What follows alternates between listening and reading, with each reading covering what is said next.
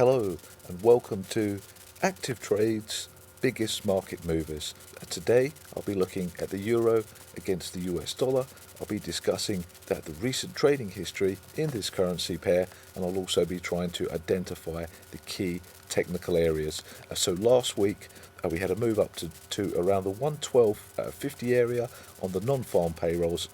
We fell down on Friday, and as we opened the week around the 111.50 area, we were looking quite soft on the euro dollar. We had some consolidation around that period, but crucially we weren't able to break the former week's low, and we had some worse than expected data from the ISM Institute in America,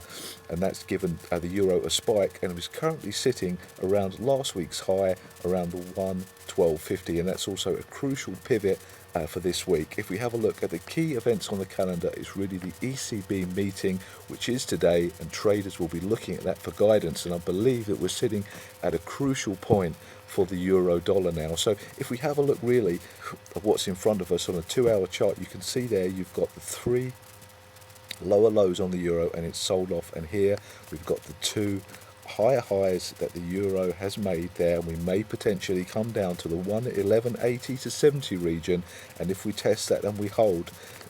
on the ECB speech, and that area, as I say, starts to hold, we may then come back up and test the 12.50, and we may attempt to take these highs out. That is one scenario that euro bulls will be looking for. Alternatively, if we have the speech and we are looking strong around that former weekly high, and we're currently sitting around the 12.50 area now. If we really don't lose this ground and we start to hold it on a daily basis, then the bulls may come up and take this area down. Alternatively, if we have a more bearish Mario Draghi come out today and we take out these areas that were really areas of support in the week at the 111.50 area and last week's low, and we come underneath the 111.12 area, we can then find that 110.66 as being the crucial